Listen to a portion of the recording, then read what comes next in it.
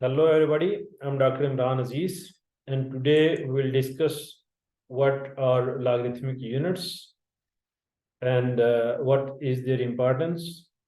Logarithmic units especially dBs के अंदर जब हम बात करते हैं तो ये बड़े कन्वीनियंट होता है जब हम हमारे पास कोई ऐसा वेरिएबल हो which has a large dynamic range.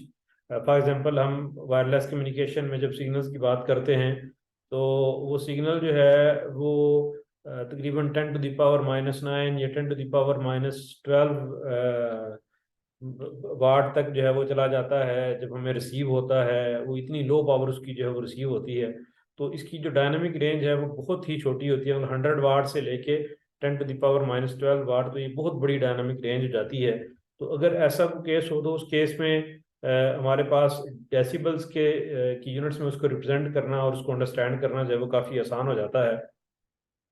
और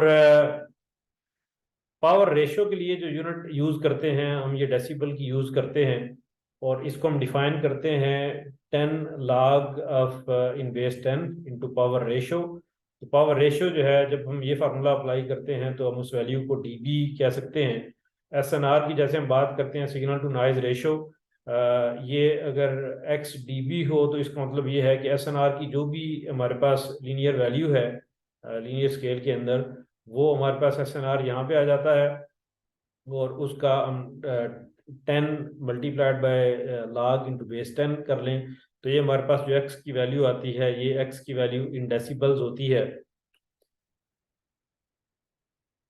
और इसी सेम यूनिट को डेसिबल्स को हम यूज कर सकते हैं एक्सप्रेस करने के लिए पावर गेन को या लॉस को over a certain transmission medium. For example हमारे पास अगर कोई केबल हो जो सिग्नल को बाय फैक्टर ऑफ 15 अटेनुएट कर दे। बाय फैक्टर 15 अटेनुएट करने का मतलब ये है कि हमारे पास अगर इनपुट पावर जो है वो 1 है, सॉरी इनपुट पावर अगर हमारे पास लेट अस से 15 है तो जो आउटपुट पावर है वो 1 आए। 15 वाट इनपुट पावर है, आउटपुट पावर जो है वो 1 वाट आए, तो 15 टाइम्स जो है इसका मतलब उसने उसको अटेनुएट कर दिया। तो हम कह सकते हैं कि जो केबल की गेन है दैट इज 1/15। ये हमारे पास आउटपुट पावर है, ये हमारे पास इनपुट पावर है। केबल की आउटपुट पावर और केबल की input power this will be equal to -11.76 dB। यानी कि गेन जो है वो -11.76 dB है, या इसी को हम कह सकते हैं our cable has an attenuation और लॉस ऑफ 11.76 dB। तो जब हम अटेनुएशन या लॉस का लफ्ज यूज कर लेंगे तो इधर माइनस हम यूज नहीं करेंगे। इसी तरीके से जो डेसिबल है इसको ये पावर रेशियो तो हम मेजर करने के लिए यूज करते हैं, लेकिन समटाइम्स हम इसको सिंपल पावर मेजर करने के लिए भी यूज करते हैं। और जब हम सिंपल पावर मेजर करने के लिए यूज करते हैं हम नॉर्मली 1 को एज ए रेफरेंस ले लेते हैं। For instance 100 watt power may be considered as a power ratio of 100 with respect to 1 watt. तो ये हम विद रिस्पेक्ट टू 1 वाट जब हम करते हैं तो ये हमारे पास पावर जो है वो डीबीडब्ल्यू के अंदर आ जाती है। डीबीडब्ल्यू का मतलब है डीबी वाट।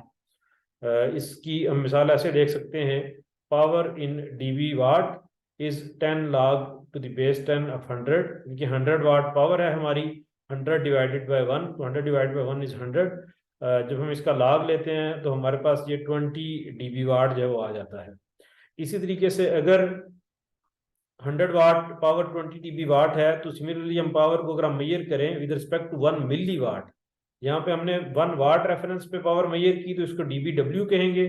अगर हम 1 मिली वाट को एज ए रेफरेंस लें तो जो पावर हम मेजर करेंगे उसको डीबीएम कहेंगे, स्मॉल एम, डीबीएम।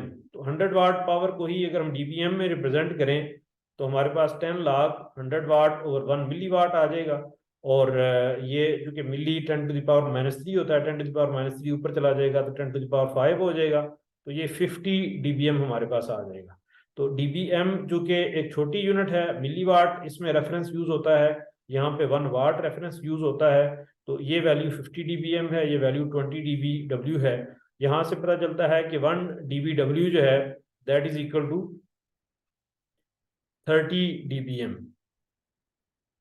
क्योंकि ये 10⁻³ होता है। 10⁻1 वाट जो है that is equal to 1000 milli watts.